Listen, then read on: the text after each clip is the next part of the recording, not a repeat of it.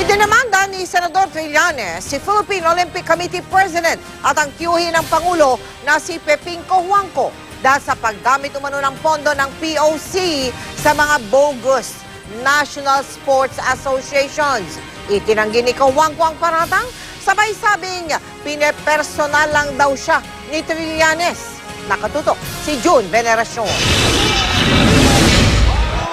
Parang suntok daw sa buwan ng tagumpay ng Pinoy athlete sa mga malalaking international competition, gaya ng Asian Games at Olympics. Ang dahilan ayon kay Senador Antonio Trillanes IV, ang tiyuhin ni Pangulong Aquino, si Jose Peping Cojuangco, ang presidente ng Philippine Olympic Committee o POC.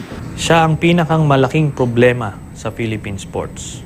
Hindi lang daw sa pamamalakad ng problema, kundi pati na rin sa paghawak ng pera. Dahilan kung bakit nagsampa si Trillanes ng malversation case sa ombudsman laban kay Cojuangco. Ginagamit daw ng POC ang mga bogus sa National Sports Associations o NSA para maibulsa umano ang pondo ng bayan. Ang nakuha natin na ebidensya, a little over 2 million.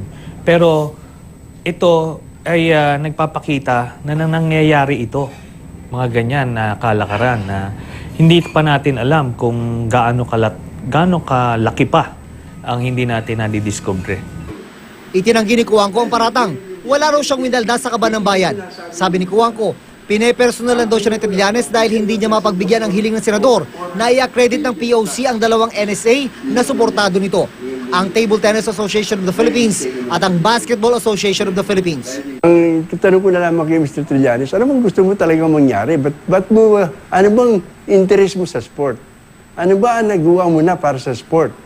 No? Para magkaliwanagan kung ba't nagagalit siya? Matagal niya yung pinag-iinitan ako dahil hindi ko aprobahan yung mga gusto niya. Ang sabi ni Cojuangco, dapat tutukan na lang daw ni Trillanes ang trabaho niya bilang mambabatas. Alam mo, Mr. Trillanes, maraming problema ang bansa. Nagkaroon tayo ng bagyo, nagkaroon tayo ng lindol, at iba pa mga bulalaking problema. Ikaw, nandiyan ka sa posisyon, hindi para gumawa ng gulo.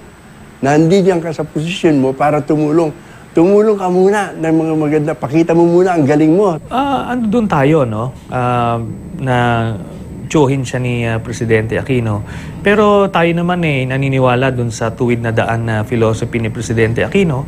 And in this particular case, nakita natin talaga yung ebidensya, lantaran talaga yon. So, wala tayong magagawa kung hindi i-file yung kaso. Bukod kay Cojuangco, kasama rin sa inireklamo ni Trillanes sa ombudsman si Chairman Richie Garcia ng Philippine Sports Commission o PSC. Ang PSC ay siyang nangangasiwa ng sports development sa bansa. Sinusubukan pa rin naming makuha ang panig ni Garcia sa mga oras na ito.